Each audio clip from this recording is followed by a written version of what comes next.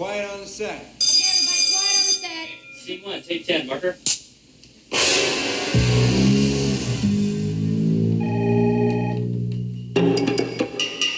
And action.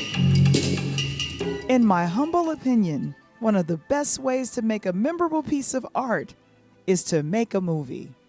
The long and short of it is that this podcast is about the drive, the passion, and courage to make a feature film. Who better to talk to about this process than actress and director Bernadette Spees? She's back for part 2 of our discussion on movies along with myself and executive producer Michael Wamble. Also, I review the latest biopic, Respect, starring Oscar winner Jennifer Hudson as the Queen of Soul, Miss Aretha Franklin. Break out the popcorn and tune in. I'm Valarie Johnson, and this is Interludes.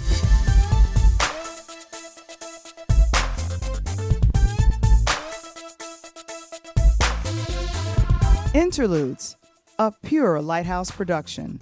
We would like to thank our local title sponsor for supporting Interludes, A1 Pestmasters. This episode is brought to you by our national sponsor, Montevilla Coffee and Tea. And now, all the way live from the south side of Chicago, give it up for your host, Valarie Johnson.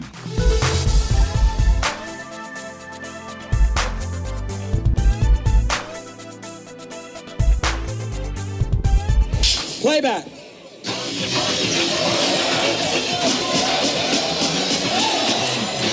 You get this opportunity to direct.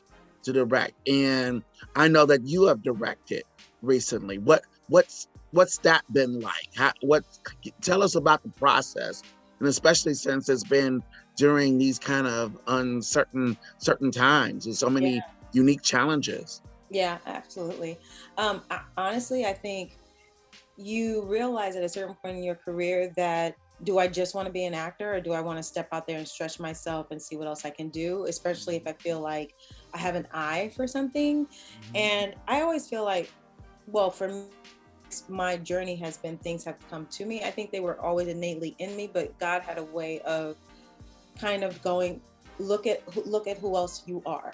You're not just this. I want you to see the array of who you are. So even with acting, even though I grew up, with a single parent, and she kept me off the street by putting me in performing arts, activities and camps and things like that. I didn't think, I want to be an actor.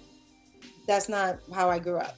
It wasn't until I was in college, a junior, that I realized, and I was minoring in theater because I just wanted an outlet, a creative outlet, and realized, I don't want to be an aeronautical engineer. I also don't want to be in liberal arts.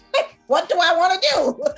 And so the only Black professor in the theater department was like, why don't you be an actor? I think you could really do it. And that was the first time anybody spoke life into me about my craft. And so I jumped in and I was like, okay. And that meant I had to stay in school extra year and a half. And I was like, okay. And and then I get out and it's the same directing. Like, again, I'm not thinking about, I should be a director.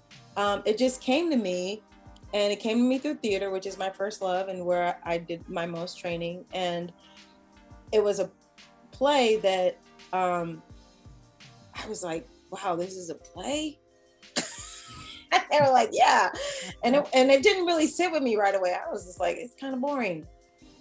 And I'm not gonna say the title of it, but it was just kind of, and so then I just kind of put it to the side. I had already said yes. I don't know what in me said yes, but I said, okay, I'll do it. But then I realized that Kenny Leon had directed the movie version of the play because it's based on a book. And I watched it and I was like, I got it. I could completely do it. Right. And then I took off from there and I've been directing ever since. And then I decided, okay, I'm a really good director and I really love it. And it was, again, always in me. I'm an actor. I know how to talk to my actors. I know how to create a safe space. I know how to trust my actors and guide them, and basically give them everything that I want as a performer, the support and the belief, and the clarity when I'm feeling a little like I'm in my way. which I think is what a director's job is, outside of the vision of visually, how do you want to tell this story? Because it's not just the acting and the words, it's visually, every aspect of it has to tell the story. And so in theater, it was just easy for me to turn a blank stage into this crazy idea that's in my head.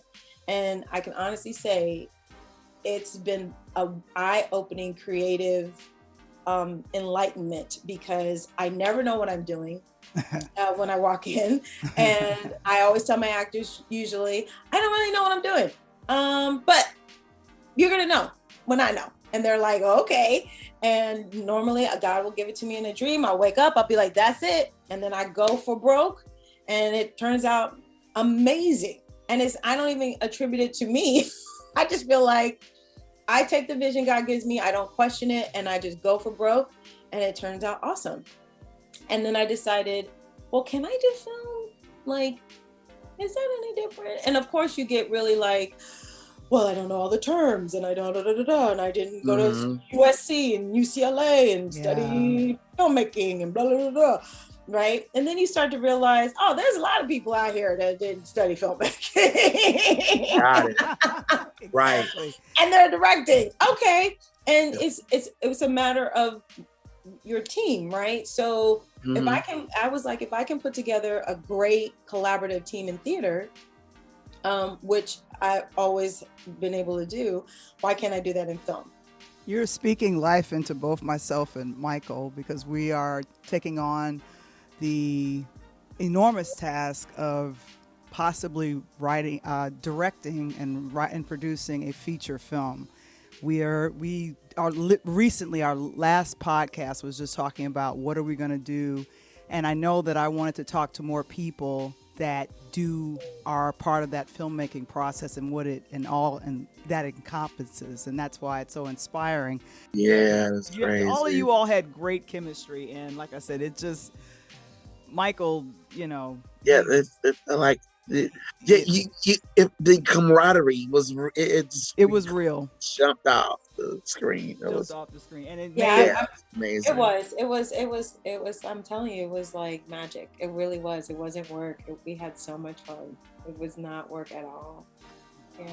So yeah. Hopefully we can do something like that with the projects that we're thinking about. You will, because of who you guys are. Who you are is going to grab. It's going to resonate in the people that you bring in. You'll know, you'll feel it, and you'll be like, oh yeah,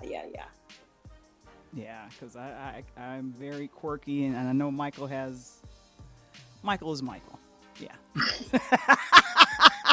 We're gonna say that. God, genius! The can's upside down. Don't talk to me like a child. I played Hamlet at Cambridge. Once again, you've ruined my concentration. Excuse me. What's my motivation? The projects you talked about, is there a timeline or a time in which we can begin to look for that to come out? Oh yeah, I have a couple of things getting ready to drop. Okay. So I did the pilot for a new show called First Kill, which is going to be on Netflix. They just wrapped the whole first season, so that should be dropping soon. And then action. It's kind of like Romeo and Juliet, but with two girls that are vampire. So like think Buffy and Romeo and Juliet, but two girls. Okay. Yeah. All right. So it's really well written. My soror Felicia Henderson she is the showrunner, and she was the showrunner of The Punisher, Luke Cage. And Soul Food. Okay. And she did Soul Food too. Soul Food, yep. She did. Yeah. She took over Empire. She's dope. Oh, she's dope. Okay. So All right. this is her show that's getting ready to drop. And then I worked with MC Light, which was so much fun for her directorial debut. So that's going to drop soon. She's finishing up post. And then my short, my directorial debut short drops at the end of, we're shooting for the end of August.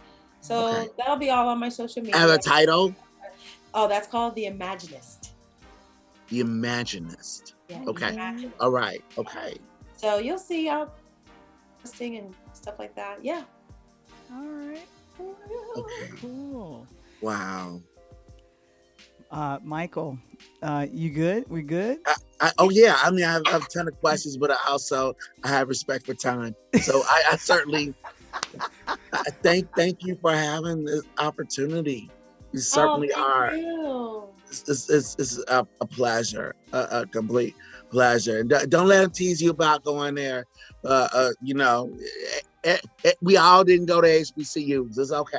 It's I know, okay. but I went to like the the University of Georgia. So he's like, I'm a bulldog.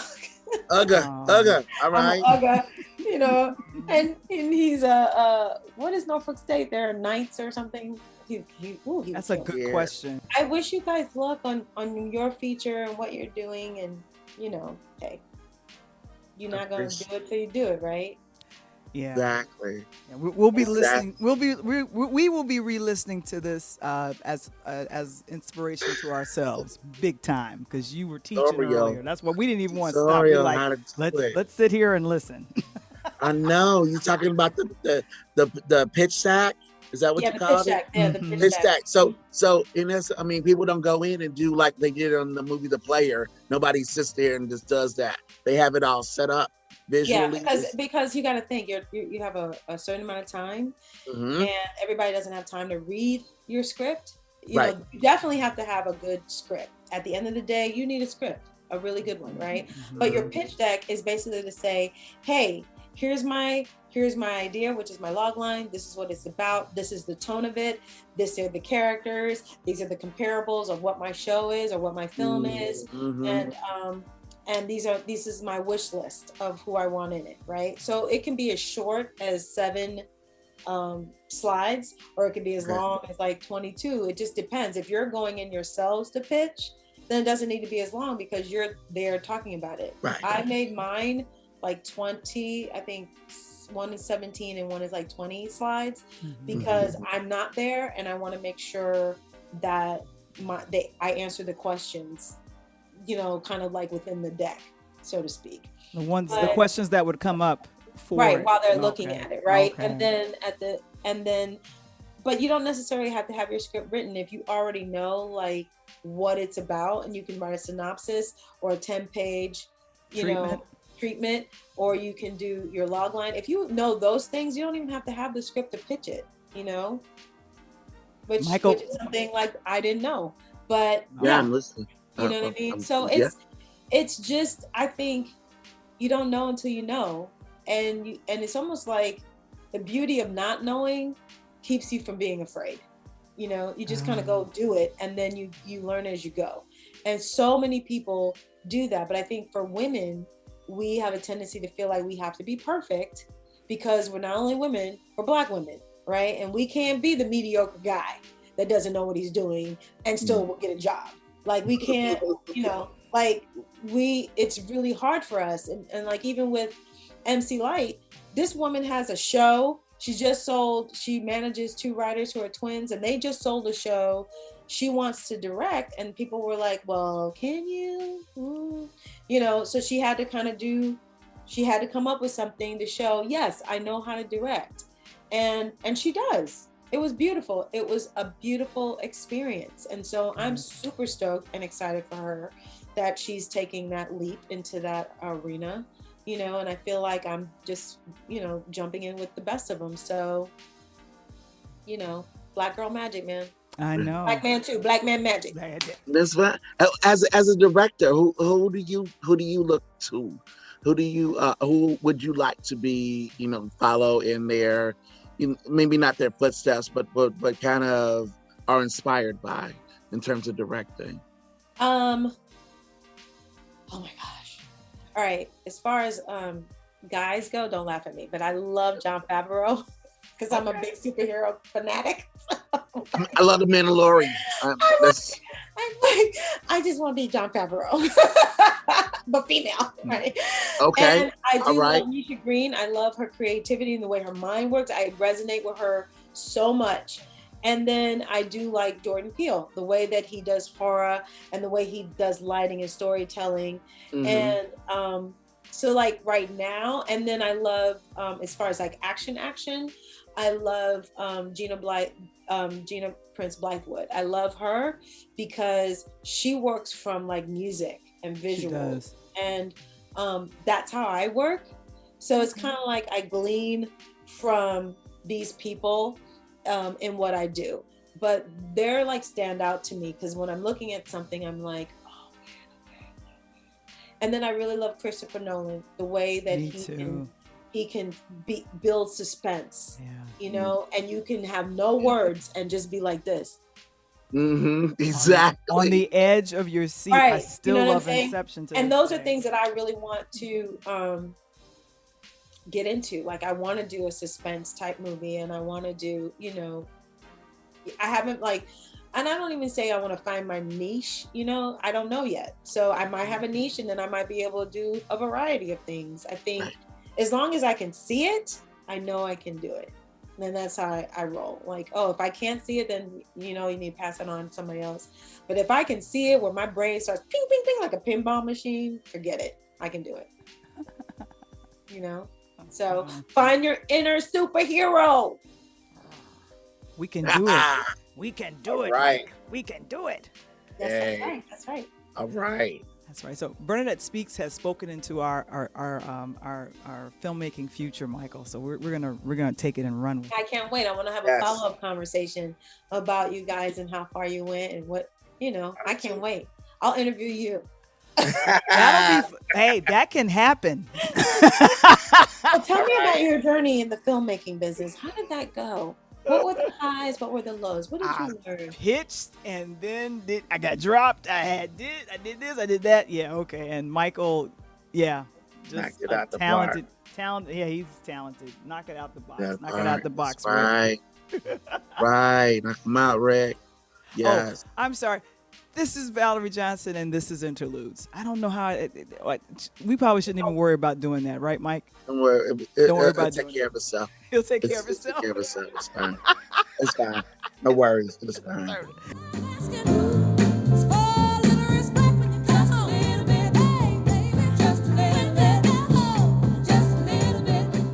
Jennifer Hudson was born to portray Aretha Franklin. Hands down, that's why an audience should be interested in seeing this portrayal of Aretha. And yet, I left the theater wanting more. In fact, due to the 4-part series Genius Aretha, which ran earlier this year on National Geographic Channel, I knew there was more. Still, over the opening weekend, out of respect for Aretha and respect for Hudson, better known as J-Hud, I went to the theaters twice, risking COVID, just to see my Chicago homegirl do her thing. Respect, the biopic about the Queen of Soul, is a directorial debut of Liesl Tommy. This film is led by an all-star cast with Broadway stars Audra McDonald and Heather Headley, TV veterans Marlon Wayans and Tyus Burgess, and an Academy Award winner in Mr. Forrest Whitaker. Whitaker plays the paternal role of the Reverend C.R. Franklin, a source for joy and pain in Aretha's life. The film spans her life from the period of 1952 to 1972. Sky Dakota Turner plays the young singer at her father's, Reverend C.L.'s, Saturday evening parties. She greets family, friends, most notably music legends like Aunt Ella, as in Ella Fitzgerald, and other music legends like Dinah Washington in her home. And by this time, Aretha's parents have separated. Broadway leading lady McDonald plays Barbara. We never are let in on the story that broke up Barbara and CL. All we have is Aretha's action to their discord. And that's where Aretha's innocence is captured so well. A beautiful scene where Aretha asks her mother to sing and sing again. One fateful Saturday evening, during one of CL's gatherings, an older gentleman walks into Aretha's bedroom, offering to be her boyfriend, yet off-screen, we know that unfortunately this is probably the man who impregnated Aretha at such a young age. One thing I am certain of after watching and rewatching Aretha's story is that we as Black people don't know how to deal with trauma. We think we can deal with it, and then when we see our children faced with trauma, we expect them to know how to deal with it too, and they don't. J. Hud, who is no stranger to trauma in real life, has a way of showing us how Aretha was expected to, regardless of age, grow up and deal with the loss of her sexual innocence, deal with the early death of her mother. Aretha is expected to take that pain and turn it into something beautiful by using her God-given gift of song. And I'm telling you, Jennifer's voice shapes Aretha's songs in such a way where you can't quite tell if it's something Aretha would do with the note versus what Jennifer would do. I was completely fascinated by how Aretha sat at the piano with other musicians and composed and rearranged the song into an Aretha Franklin song. I braced myself for Marlon Wayans' portrayal of Aretha's at times abusive husband, Ted. However, I got very distracted by the wig they stuck on his head and the hat they tried to put on top of the head that didn't quite fit well. For a rare moment, a Wayans family member was unintentionally funny. In summary, if you haven't seen the National Geographic series Genius Aretha, make it a point to spend your time and money on this Respect film, available only in theaters. It's entertaining on its own, and by comparison to the Genius series, you can tell that this film version has the blessing of the Aretha estate, family, and lifelong friends. This is not a source of controversy, but rather a cinematic celebration, and what we find in a script by Tracy Scott Wilson and Academy Award winner Callie Corey. Fans of Aretha will be pleased with Jennifer's portrayal of Aretha. J. Hud deserves more than ticket sales and fulfilling one of her dreams. This dream girl deserves your RESPECT. Love a man the way that she said, I love you.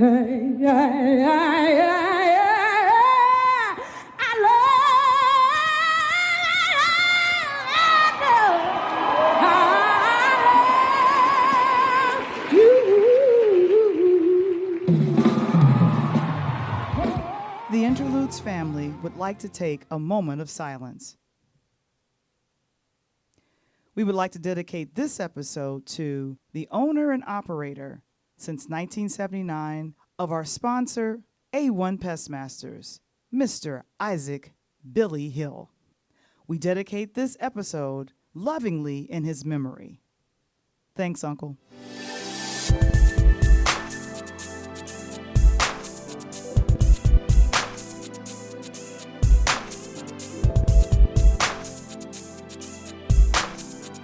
Next time on Interludes, educational consultant, podcaster, and principal of EBC High School for Public Service located in Brooklyn, Dr. Sean Brown, on the next Interludes.